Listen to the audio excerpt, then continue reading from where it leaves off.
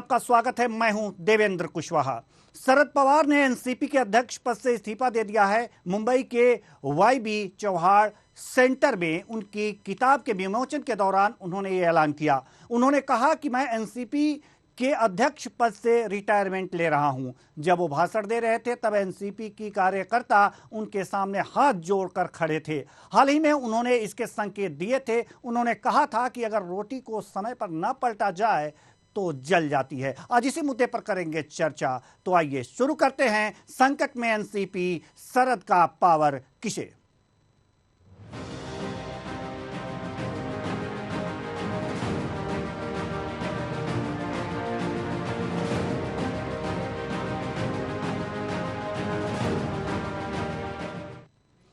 महाराष्ट्र के राजनीतिक चाणक्य और एनसीपी प्रमुख शरद पवार ने अध्यक्ष पद छोड़ने का फैसला किया है।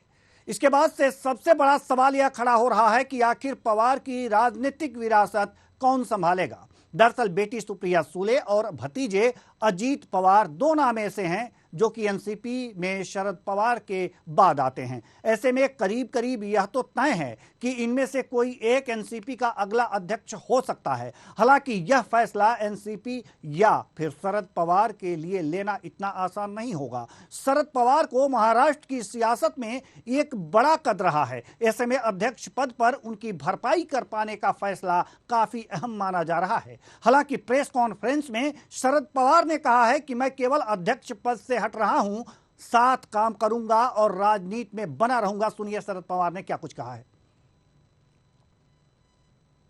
आणि इतकी वर्ष संधी मिळवल्याच्या नंतर आणखी लोकसभेच्या समितीची भूमिका मी तरी कधी घेणार नाही आणि त्यामुळं तुम्हाला अस्वस्थता कदाचित वाटेल, पण मी राष्ट्रवादी काँग्रेस पक्षाच्या अध्यक्षपदावरून निवृत्त व्हायचा निर्णय आज घेतलेला आहे।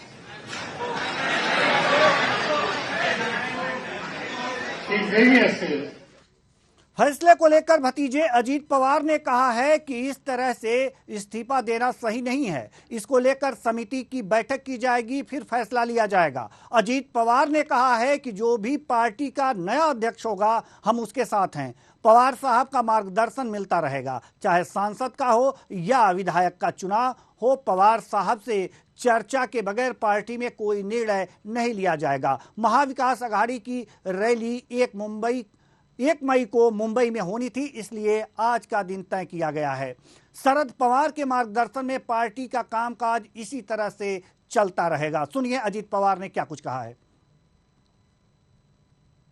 आणि साहेबांच्या डोळ्यात एकच नवीन होणारा अध्यक्ष तयार झाला तर तुम्हाला का नको रे? भावनिक होण्याचं काही कारण नाही। हा प्रसंग कधी ना कधी येणार की पवार साहेब अध्यक्ष नाही म्हणजे पक्षामध्ये नाही अशातला भागच येत नाही। आज काँग्रेसमध्ये अध्यक्ष खरगे, पण काँग्रेस चालली सोनियाजींच्याकडे बघून। त्याच्यामुळे पवार साहेबांच्या आत्ताचा वयाचा विचार करता साहेबांशी आणि सगळ्यांशी चर्चा करून एका नवीन नेतृत्वाकडे आपण ही जबाबदारी देऊ पाहतोय।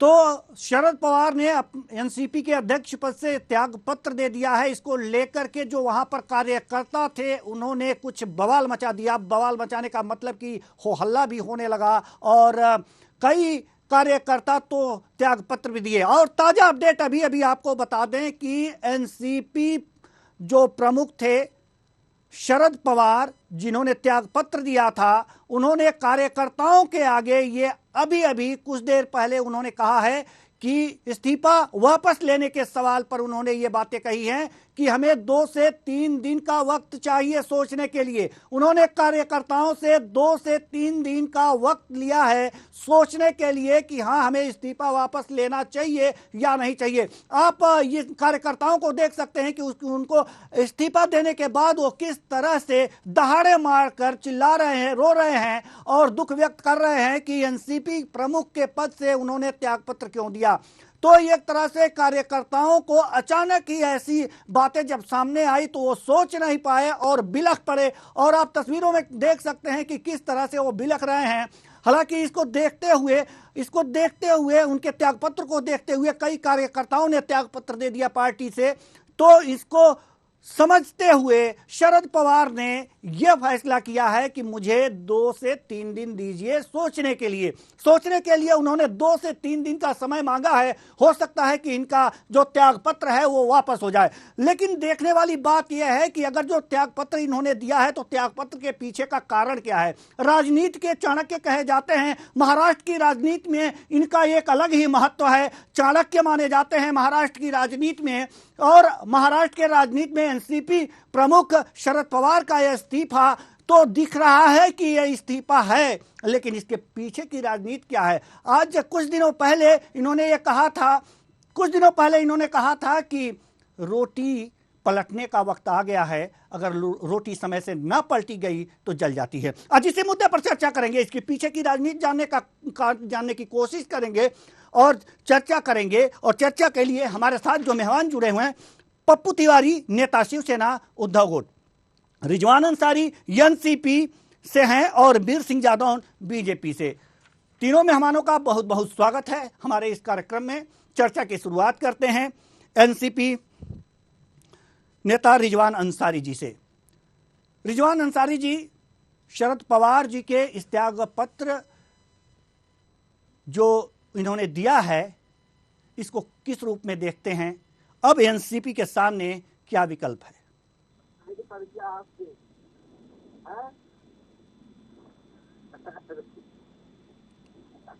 रिजवान जी आप मुझे सुन पा रहे हैं? जी रिजवान अंसारी जी, आप मुझे सुन पा रहे हैं?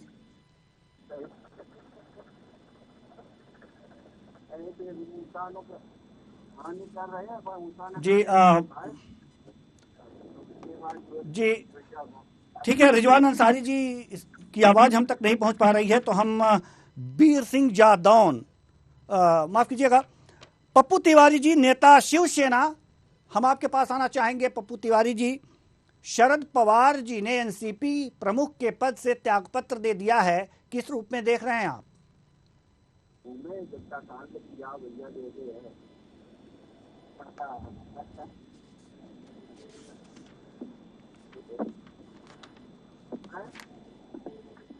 को लेकर, उनके स्वास्थ्य को लेकर उन्होंने इस्तीफा दिया है। उन्होंने भी, श्री शरद पवार जी ने भी कहा है कि वो राजनीति से संन्यास नहीं ले रहे हैं, कमान उनके पास ही रहेगी। सिर्फ एनसीपी के राष्ट्रीय पद से इस्तीफा दिया है।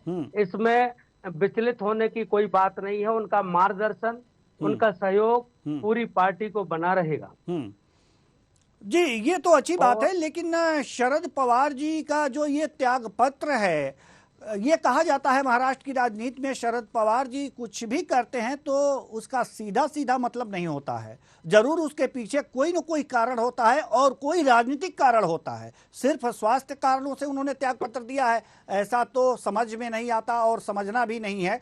इसके पीछे का कारण क्या हो सकता है? जी जैसा कि हमने बताया कि श्री शरद पवार जी राजनीति के भीष्म पिता हैं। उनको पता चल गया कि शिवसेना को उद्धव साहब ठाकरे से अलग करने के लिए, शिवसेना संगठन को महाराष्ट्र से खत्म करने के लिए जो भारतीय जनता पार्टी ने साजिश की है, वो साजिश एनसीपी के साथ ना हो जाए, इसलिए भी शायद उनने, क्योंकि वो वृद्ध हैं, मार्गदर्शक है, इतनी बड़ी पार्टी को वर्षों से महाराष्ट्र में चला रहे हैं, महाराष्ट्र के मुख्यमंत्री भी रहे, उनको भी कहीं ऐसा महसूस होता होगा कि कहीं ऐसा ना हो कि भारतीय जनता पार्टी, क्योंकि श्री अजित पवार जी के अभी बीच में बयान आ रहे थे और आपके टेलीविजन पर भी चल रहा था कि कुछ विधायक को लेकर वो बीजेपी के साथ जा रहे हैं। ऐसा भी हो सकता है क्योंकि महाराष्ट्र के बहुत बड़े नेता हैं श्री शरद पवार जी। अगर उन्होंने ये निर्णय लिया है तो एनसीपी के हित में लिया है, महाराष्ट्र के हित में लिया है, महाअघाड़ी के हित में लिया हुआ। क्या लगता है आपको पप्पू तिवारी जी कि जैसा कि अभी आपने बताया कि कुछ दिन पहले अजीत पवार जी को कुछ विधायकों के साथ बीजेपी में सम्मिलित होने की खबरें उड़ती हुई आई थी, तो अपनी पार्टी को बचाने के लिए इन्होंने त्याग पत्र दिया। इसका मतलब क्या हम ये समझें कि अजीत पवार जी शरद जी के त्याग पत्र के बाद वहां पर एनसीपी प्रमुख के पद पर आ सकते हैं? इसकी संभावनाएं ज्यादा हैं। उनके भी आ सकते हैं, सुले जी हैं बहन, उनके भी आ सकते हैं। कोई भी राष्ट्रीय अध्यक्ष बन सकता है, लेकिन जो भारतीय जनता पार्टी की साजिश है कि वो क्षेत्रीय दलों को पूरे देश में समाप्त करने की नीति चल रही है, योजना बना रही है, उस योजना को शायद श्री शरद पवार जी समझ गए होंगे, इसलिए उन्होंने ये निर्णय लिया है। ऐसा भी प्रतीत होता है उनका जो भी निर्णय है वो महाराष्ट्र के हित में है और महाअघाड़ी के हित में है। जी, उनका निर्णय महाअघाड़ी के हित में है, महाराष्ट्र के हित में है। वीर सिंह जादौन जी बीजेपी नेता हैं, हमारे साथ जुड़े हुए हैं। वीर सिंह जी, बीजेपी से क्षेत्रीय पार्टियां इतनी भयभीत हो गई हैं कि शरद पवार जी को त्याग पत्र देना पड़ा। जी, क्या कहेंगे? तोड़ फोड़ की राजनीति में सबसे आगे निकल रही है क्या बीजेपी? नहीं, ऐसा तो कुछ नहीं है। तोड़ फोड़ का तो कोई नाम ही नहीं है। उनका तो काम है आरोप लगाना। जब ये 25 साल से हमारे साथ थे शिवसेना, तब इनको कोई नहीं लगता थी। अभी अलग हो गई है तो इनको हर चीज साबित की जा रही है। सबसे बड़ी बात तो ये मास्टर बता रहे हैं, वो मास्टर तो है ही, लेकिन उनको शिवसेना के साथ नहीं जाना था। शिवसेना का उनको दिखाई दे रहा है कि अंतकर्म में हो गया इनका, तो उनके साथ तो रह नहीं सकते। तो उनको कुछ करके वो अलग को होना ही चाहते, तो अलग हो गए। अभी अपनी किसके साथ रहना है, किसके साथ नहीं रहना है, वो उनके डिपेंड करता है। इसलिए भाजपा का साथ कहा है, तो भाजपा का उसको कोई काम, भाजपा अपना कार्य कर रही है, वो अपना कार्य कर रहे हैं। उनकी पार्टी अलग है, भाजपा अलग है। अब इनका तो आरोप लगाने कुछ ना कुछ नहीं, आरोप लगा के उसको खत्म कर रही है। अपनी कमी तो बताएंगे सवाल में क्या कर रही है, वो अलग है। ठीक है, आरोप लगाना काम है। जी, पप्पू तिवारी जी, हम आपके पास आएंगे। हम जानते हैं कि आप जवाब देना चाहते हैं, बार बार संकेत कर रहे हैं जवाब देने का वीर सिंह जादौन जी का, लेकिन रिजवान अंसारी जी के पास हम जाना चाहेंगे, उसके बाद हम आपके पास आएंगे। आप जवाब तैयार रखिएगा वीर सिंह जादौन जी का। रिजवान अंसारी जी, एनसीपी नेता हैं आप। आज शरद पवार जी ने एनसीपी के प्रमुख पद से इस्तीफा दे दिया है, इसके पीछे का कारण क्या रहा हो सकता है? जी देखिए, पवार साहब इतने बड़े नेता हैं कि उनके कारण जो है वो मुझे नहीं लगता कि हम जैसे छोटे लोग जो है वो बता सके, क्योंकि राजनीति को हम जितना नहीं समझते, वो उस राजनीति में जो है पीएचडी डॉक्टरेट, और वो खुद एक राजनीति में यूनिवर्सिटी है, तो उनको समझना और उनके कारण को बताना, ये मैं नहीं समझता कि मैं इतना इंटेलेक्चुअली इतना काबिल हो गया कि मैं बता पाऊंगा। उसके लिए मैं क्षमा चाहता हूँ। लेकिन पवार साहब के निर्णय जितने भी रहे अभी तक के, पवार साहब ने जितने भी हमें आदेश दिए, उनकी जितनी भी बातें रही है, हमने उसको हमेशा फॉलो किया है और उनकी किसी भी बात के ऊपर हमने कभी अमान्य नहीं किया। लेकिन पवार साहब का ये जो आज जो फैसला रहा कि मैं अध्यक्ष पद से मैं छोड़ दूंगा, तो मैं इस चीज के लिए मैं माफी चाहता हूँ। हम पवार साहब के इस आदेश को मानने के लिए हम राजी नहीं है, क्योंकि पवार साहब का नेतृत्व सिर्फ हमारे ही लिए नहीं, इस देश के लिए, इस देश की पूरी जनता के लिए और इस देश के विकास के लिए बहुत जरूरी है।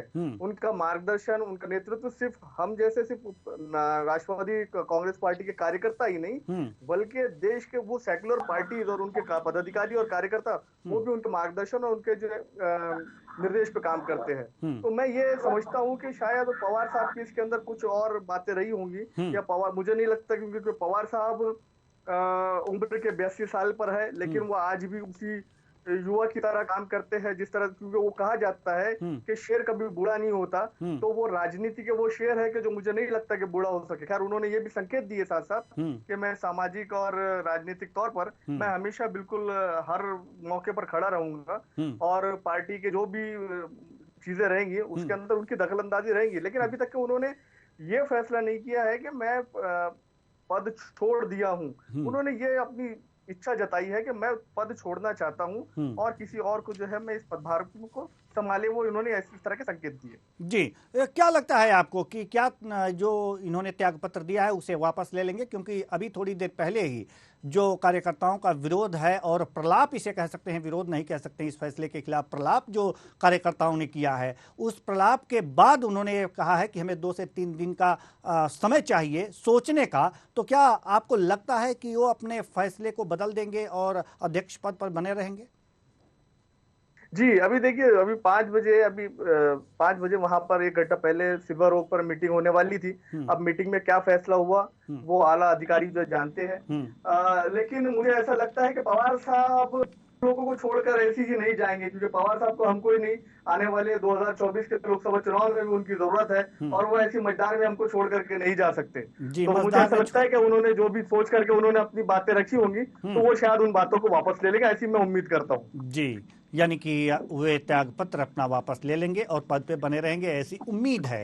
अभी भी आप लोगों को उम्मीद जगी हुई है। पप्पू तिवारी जी, पहले तो आप वीर सिंह जादौन जी की बातों का जवाब दीजिए, क्योंकि आप जब वो बोल रहे थे जादौन साहब तो काफ़ी उत्सुक थे आप, कई बार इशारा भी किया कि हम इसका जवाब देना चाहते हैं। तो पहले आप जवाब दीजिए, उसके बाद हम प्रश्न करते हैं आपसे।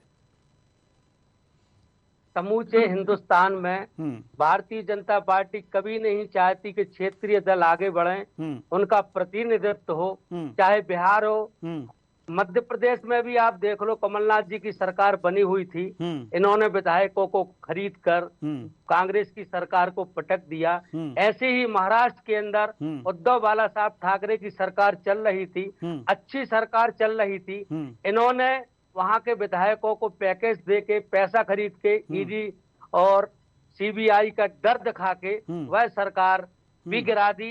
यही साजिश वो क्षेत्रीय दलों के साथ कर रही है। शायद वो तो, हालांकि हमने पूर्व में ही बताया कि श्री शरद पवार जी राजनीति के भीष्म पिता हैं। अगर उन्होंने कोई निर्णय लिया होगा तो सोच समझ कर लिया होगा। उनको कहीं ऐसा भी लग रहा होगा कि कहीं भारतीय जनता पार्टी, श्री अजित पवार के बयानों के कारण मैं कह रहा हूँ कि कहीं भारतीय जनता पार्टी महाराष्ट्र में जो एमएलए एनसीपी के वो कहीं एडजस्ट ना कर दे, ये भी हो सकता, क्योंकि वो बहुत बड़े नेता हैं। मैं तो एक छोटा सा कार्यकर्ता हूँ और मैं उतनी बात नहीं समझता, लेकिन जितना मैं समझता हूँ शिवसेना उद्धव बाला साहब ठाकरे की तरफ से, उतना मैं यही समझ पा रहा हूँ कि भारतीय जनता पार्टी की साजिश है कि महाराष्ट्र में शिवसेना भी खत्म हो जाए, एनसीपी भी खत्म हो जाए, सिर्फ रहे तो पूरे देश में भारतीय जनता पार्टी रहे। लेकिन जादौन साहब तो कह रहे हैं कि ये तो सीधा सीधा आरोप है, ऐसा कुछ है नहीं है, ये सब तो आरोप लगाते ही रहते हैं लोग, अपने में खामी है और उसका जो है ठीकरा बीजेपी के ऊपर फोड़ते हैं।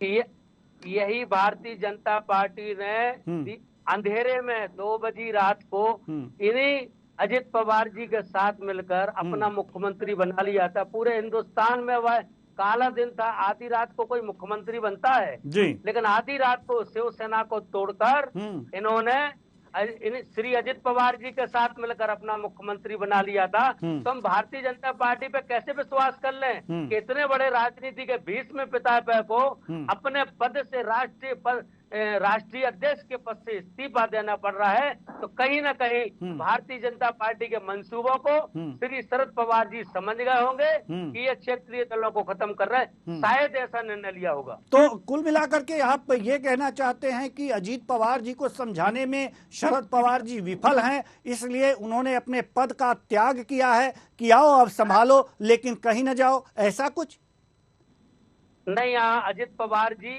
और शरद पवार जी के बीच अच्छे संबंध हैं और उन्होंने ही आप ही के चैनल में स्टेटमेंट दिया है कि वो हमारे मार्गदर्शक हैं, वो जो आदेश करेंगे वही पूरी पार्टी मानेगी। लेकिन भारतीय जनता पार्टी के मंसूबे जो देश के उन राज्यों में पूरा देश देख रहा है कि जहाँ क्षेत्रीय दल है, चाहे दक्षिण भारत के राज्य हो, चाहे बिहार हो, चाहे मध्य प्रदेश हो, चाहे महाराष्ट्र हो, वहाँ जहाँ जहाँ क्षेत्रीय दलों की सरकारें हैं, उन सरकारों को अपदस्थ करने के लिए जो षड्यंत्र भारतीय जनता पार्टी द्वारा किया जा रहा है, श्री शरद पवार का इस्तीफा शायद इसलिए भी हो सकता है। जी, वीर सिंह जादौन जी, आरोपों पर आरोप लग रहे हैं, सारे आरोप बीजेपी पर, जवाब दीजिए आप। सारे आरोप निराधार हैं। इन्होंने चुनाव जब भारतीय जनता पार्टी के साथ लड़ा था तो क्या कैसे लड़ा था, छोड़ा तो इन्होंने साथ छोड़ा। और ये जब घर अपना संभाल नहीं पा रहे हैं, दूसरे के ऊपर आरोप लगा रहे हैं। पहले आप घर को मजबूत करिए, अपना घर मजबूत नहीं कर पा रहे हैं और दूसरे के ऊपर आरोप लगा रहे हैं। क्या कहना, इसका मतलब शरद पवार जी साजिश के शिकार हुए, भारतीय जनता पार्टी के शिकार हुए।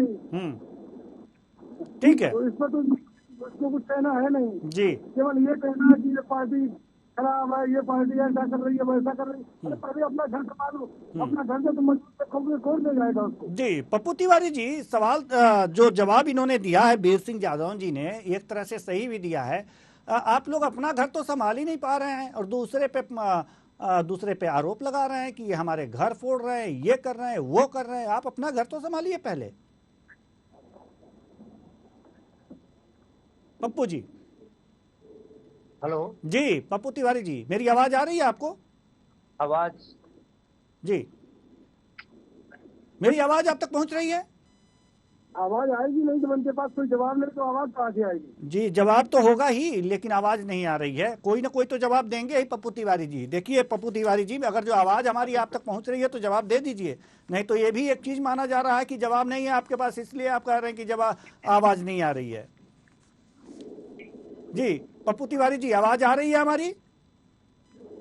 चलिए आवाज दुरुस्त कीजिए तब तक, और उत्तर भी खोज के रखिएगा कि अपना घर आप संभाल ही नहीं रहे हैं, दूसरे पर आरोप लगा रहे हैं। जी रिजवान अंसारी जी, हम आपके पास आना चाह रहे हैं।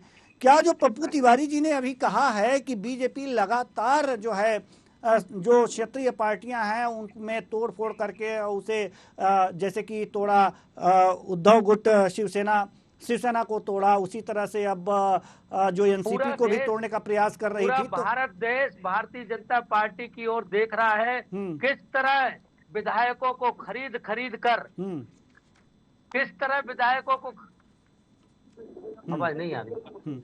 जी सर आप बोलिए, आपकी आवाज आ रही है, आपकी आवाज आ रही है, आप बोलिए। ठीक है सर, आप अपनी आवाज को दुरुस्त कीजिए। हम रिजवान अंसारी जी के पास जाना चाहेंगे। रिजवान अंसारी जी, जैसा कि लगातार आरोप लग रहे हैं, जैसा कि पप्पू तिवारी जी उद्धव गुट के, शिवसेना उद्धव गुट के नेता हैं, इन्होंने आरोप लगाया है बीजेपी पर कि ये लगातार क्षेत्रीय पार्टियों को तोड़ने का काम कर रही हैं, धराशायी करने का काम कर रही हैं, खत्म करने का काम कर रही हैं। तो क्या एनसीपी में भी ऐसा डर था जिसके कारण शरद पवार को मजबूरन इस तरह के कदम उठाने पड़े? रिजवान अंसारी जी।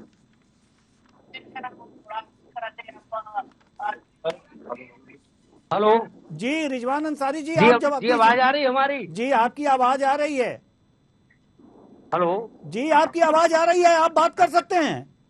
भारतीय जनता पार्टी पूरे देश में क्षेत्रीय दलों को समाप्त करने का षड्यंत्र कर रही है। इस पर पूरा देश देख रहा है। हमारा भारतीय जनता पार्टी से जन्मों का रिश्ता है और महाराष्ट्र के अंदर भारतीय जनता पार्टी ने छोटा भाई बनकर शिवसेना के साथ सरकार बनाई है। लेकिन आवाज आ रही हमारी? नहीं, अरे आ रही है आपकी आवाज, आप बात कीजिए, आप पूरी आवाज आ रही है जी। ठीक है पप्पू तिवारी जी, आपको आपकी जब आवाज आएगी तो आप बात कीजिएगा, हमसे बातचीत कीजिएगा, चर्चा में हिस्सा लीजिएगा। जी रिजवान अंसारी जी, आप तक मेरी आवाज पहुंच रही है नहीं, पहले ये बताइए। रिजवान अंसारी जी, आप मुझे सुन पा रहे हैं? जी कुशवाहा जी। जी, तो मैंने आपसे 2 सवाल किए हैं। हमारी आपको जी रिजवान अंसारी जी, आप ये जवाब दीजिए कि जो पप्पू तिवारी जी बार बार आरोप बीजेपी पर लगा रहे हैं कि क्षेत्रीय पार्टियों को नेस्तनाबूद करने का काम बीजेपी कर रही है, क्या इसी के कारण मजबूर होकर शरद पवार को यह कदम उठाना पड़ा है? जी आवाज आ रही है आपको? देवेंद्र जी क्यों परेशान? भारतीय जनता पार्टी महाराष्ट्र में शिवसेना के साथ साथ एनसीपी को भी समाप्त करना चाहती है, ऐसी योजना चल रही है। क्योंकि महाराष्ट्र के इतने बड़े लीडर श्री शरद पवार जी को अगर आज अपने दल से इस्तीफा देना पड़ रहा है तो इसकी वजह भी हम भारतीय जनता पार्टी को मानते हैं। क्योंकि भारतीय जनता पार्टी नहीं चाहती कि महाराष्ट्र में एनसीपी, कांग्रेस या कोई शिवसेना क्षेत्रीय दल आगे बढ़े। ठीक है, ये नहीं चाहती, बीजेपी नहीं चाहती कि कोई क्षेत्रीय दल आगे बढ़े, तो क्षेत्रीय दल जो अपने कुनबा है उसको बचा पाने में असमर्थ क्यों है? क्यों है सर? पप्पू तिवारी जी जवाब दीजिए। हम अपने घर को संभाल ही नहीं पा रहे हैं और दूसरे को दोष दे रहे हैं कि या करके वो मेरा घर तोड़ रहा है। पहले अपने घर को संभालिए आप। अब नहीं आएगी आवाज आपको, ठीक है। रिजवान जी आप जवाब दीजिए। पप्पू तिवारी जी आप बाद में बोलिएगा, पहले आप अपनी आवाज दुरुस्त कर लीजिए, उसके बाद बोलिएगा। जी ठीक है, रिजवान जी जवाब दीजिए आप। कुशवाहा साहब, मैं एक चीज बोलना चाहता हूँ जी कि देखिए, जैसे अभी बीजेपी के प्रवक्ता जी ने मुझे कहा कि जो एनसीपी है वो डर गई है भारतीय जनता पार्टी से, तो ऐसा कुछ भी नहीं है। एनसीपी किसी से डरने वाली पार्टी नहीं है।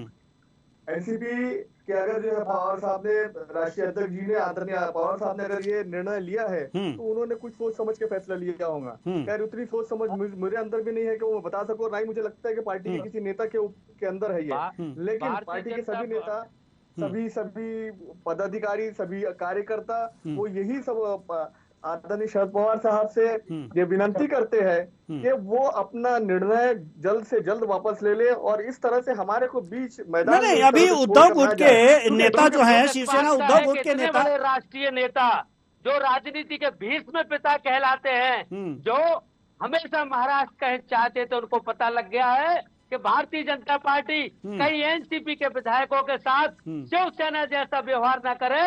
जिस तरह शिवसेना शिंदे को एडजस्ट करके, शिंदे को पैसा देकर, खोखा देकर, जिस तरह महाराष्ट्र के अंदर शिवसेना के विधायकों को खरीदा गया और भारतीय जनता पार्टी ने अपना मुख्यमंत्री अपना शिंदे के साथ मिलकर सरकार बना ली। मध्य प्रदेश में कमलनाथ के विधायकों को खरीदकर जिस तरह कांग्रेस को अपदस्थ कर दिया, उसी तरह महाराष्ट्र में भी एनसीपी को समाप्त करने की योजना। तो एनसीपी नेता ही बताते ना कि बीजेपी के डर से शरद पवार ने ऐसा किया है। आप जो इतनी बातें कह रहे हैं, तो रिजवान अंसारी जी हमारे साथ जुड़े हुए हैं, हम उन्हीं से पूछ लेते हैं कि आप बीजेपी से डर करके शरद पवार को मजबूरी में ये कदम उठाना पड़ा। रिजवान अंसारी जी बोलना चाहूंगा। जी हम आप ही से क्वेश्चन कर रहे हैं सर। कुशवाहा साहब, मैं एक चीज और बोलना चाहूंगा पवार साहब के बारे में जी, कि पवार साहब की एक शैली रही है कि वो बीच बीच में विरोधियों को खुश होने का मौका देते रहे हैं। तो हो सकता है कि ये भी विरोधियों को खुश करने का मौका हो कि पवार साहब इस्तीफा दे रहे हैं तो विरोधी बहुत जल्दी खुश हो गए। तो हो सकता है कि बीच बीच में चुटकुले लेते रहे हो, इस तरह से उन्होंने चुटकुले लिया हो और उसके बाद जो है अभी जो इन्होंने एक दिमाग में एक परसेप्शन बना लिया है कि पवार साहब राजनीति छोड़ करके चले जाएंगे, उसके बाद उनको महाराष्ट्र की राजनीति में खेलने के लिए विरोधियों को पूरा मैदान मिल जाएगा। तो हो सकता है कि इनके सोच के ऊपर बहुत जल्दी पानी फिर जाए। ठीक है, सोच के ऊपर पानी फिर जाए, लेकिन जो सोच है, और पप्पू तिवारी जी जो शिवसेना उद्धव गुट के नेता हैं, उनका कहना है कि शरद पवार जी का जो यह फैसला है वो बीजेपी से डर कर लिया गया फैसला है कि कहीं एनसीपी को तोड़ ना दें। जी, इसमें कितनी सत्यता है, आप बता दीजिए रिजवान जी। आप मेरे प्रश्न को सुन रहे हैं या नहीं सुन रहे हैं? आपकी कुशवाहा साहब, आपकी आवाज नहीं आ रही जी। ये आवाज नहीं आ रही है, हमारे प्रश्न आप नहीं सुन पा रहे हैं, और मैं जब ये पूछ रहा हूं कि मेरी आवाज आ रही है या नहीं आ रही है, सुन पा रहे हैं, तो आप बता रहे हैं कि आपकी आवाज नहीं आ रही है। ये कौन सी आवाज है? या तो आप सीधे कहिए कि हम आपके प्रश्न का उत्तर नहीं देना चाहते, आप प्रश्न के उत्तर से बच रहे हैं। स्थिति क्या है यह बताइए, क्या इस तरह से बचना जरूरी है क्या आप लोगों को? आप डिबेट में आए हैं, खुल के प्रश्नों का उत्तर दीजिए। उत्तर लेने के लिए ही ये डिबेट रखी गई है सर। पप्पू तिवारी जी ने आरोप लगाया है, पप्पू तिवारी जी ने कहा है कि बीजेपी क्षेत्रीय पार्टियों को नेस्तनाबूद कर रही है, और इसी के कारण, इसी से डरकर एनसीपी प्रमुख को, शरद पवार जी को त्यागपत्र देना पड़ा है। इस बात में कितनी सत्यता है बताइए आप। बहुत अच्छे। अब ये प्रश्न सुनाई नहीं देगा हमारे मेहमान को। जी, वीर सिंह जादौन जी, बीजेपी नेता, आपके पास हम आना चाहेंगे। अच्छे जो प्रश्न हैं वो हमारे मेहमानों को सुनाई नहीं दे रहे हैं। मेरे प्रश्न, मेरी आवाज नहीं जा पा रही है उन तक, लेकिन आप तक मेरी आवाज पहुंच रही है, मैं ये जानना चाहता हूं। बिल्कुल वैसा पहुंच रही है जी, मेरी आवाज पहुंच रही है। तो ये लगातार, जैसे कि अभी रिजवान अंसारी जी ने कहा है, रिजवान अंसारी जी ये बातें कह रहे हैं कि बीच बीच में शरद पवार जी विरोधियों को खुश होने का मौका देते हैं, यानी कि बीजेपी को खुश होने का मौका दे रहे हैं। हो सकता है कि कुछ ऐसा हो कि थोड़ा सा खुश हो लें, उसके बाद से पुनः यह फैसला वापस ले लें। जी, क्या कहेंगे आप इस पे? हमारा कहना यह है कि एक तरफ तो ये कह रहे हैं कि कुर्सियों को खुश करने के लिए कर रहे हैं, और दूसरी तरफ आरोप लग रहे हैं कि भारतीय जनता पार्टी तोड़ने का काम करती है।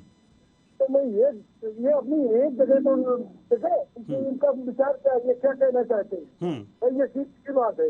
नहीं, वो तो पप्पू तिवारी जी कह रहे हैं कि तोड़ने का काम करती है। रिजवान जी ने तो ये प्रश्न ही नहीं सुन पा रहे हैं। जब भी मैं ये प्रश्न कर रहा हूँ तो रिजवान जी के कानों तक मेरा प्रश्न पहुंच ही नहीं रहा है। रिजवान जी ने पार्टी है कि भारतीय जनता पार्टी पूरे देश के क्षेत्रीय दलों को समाप्त करना चाहती है। यही कारण है कि देश के इतने बड़े सीनियर नेता श्री शरद पवार जी को इस्तीफा देने के लिए पप्पू तिवारी जी माफ कीजिएगा, पप्पू तिवारी जी माफ कीजिएगा, पूरे डिबेट में आप यही कहते रहेंगे क्या? नहीं, पूरे डिबेट में मतलब आप याद करके आए हैं पप्पू तिवारी जी कि हम यही कहेंगे, बस यही कहेंगे, यही कहते रहेंगे पूरे आधे घंटे तक? कर्नाटक के अंदर भी अभी ये चुनाव हो रहा है, इसमें इनको पता लग जाएगा कि भारतीय जनता पार्टी के प्रत्याशियों की कैसे जमानत जब्त होगी। पूरे देश में जहाँ क्षेत्रीय दल है, क्षेत्रीय दलों को पहले यही शिवसेना हमें अपना बड़ा भाई मानती थी। श्री लाल कृष्ण आडवाणी जी, श्री अटल बिहारी वाजपेयी के नेतृत्व में पूरा देश और पूरे महाराष्ट्र में शिवसेना और भारतीय जनता पार्टी का गठबंधन कर चलता था। शिवसेना के टूटने का पूरा भड़ास आज निकाल लीजिए, पूरा भड़ास निकाल लीजिए सर। को धोखा दिया और धोखा देकर एनसीपी पे कुछ मत बोलिएगा सर, पप्पू तिवारी जी एनसीपी पे कुछ मत बोलिएगा, कुछ भी नहीं बोलिएगा, पूरा भड़ास निकाल लीजिए की सरकार बन जाए जी। ठीक है, ठीक है, ठीक है, बहुत बहुत धन्यवाद तीनों मेहमानों का। आप आए और अपने अपने विचार साझा किए। तो कुल मिलाकर यह देखा जा रहा है कि महाराष्ट्र की राजनीति में एक नई बात आई है और यह नई बात जो है एनसीपी प्रमुख शरद पवार ने अपने अध्यक्ष पद से त्यागपत्र दे दिया है। इसे इस तरह से भी देखा जा रहा है राजनीतिक हलकों में कि बीजेपी जो क्षेत्रीय दल है उसे तोड़ने का प्रयास कर रही है, लगातार उसे नेस्तनाबूद करने का प्रयास कर रही है और शायद यही कारण है कि एनसीपी के अध्यक्ष को इसका आभास हुआ और उन्होंने पहले त्यागपत्र दे दिया कि हमारी एनसीपी न टूटे। लेकिन इसके पीछे का सच क्या है यह तो आने वाला वक्त ही बताएगा। फिलहाल इस कार्यक्रम में इतना ही, मुझे दीजिए इजाजत, नमस्कार।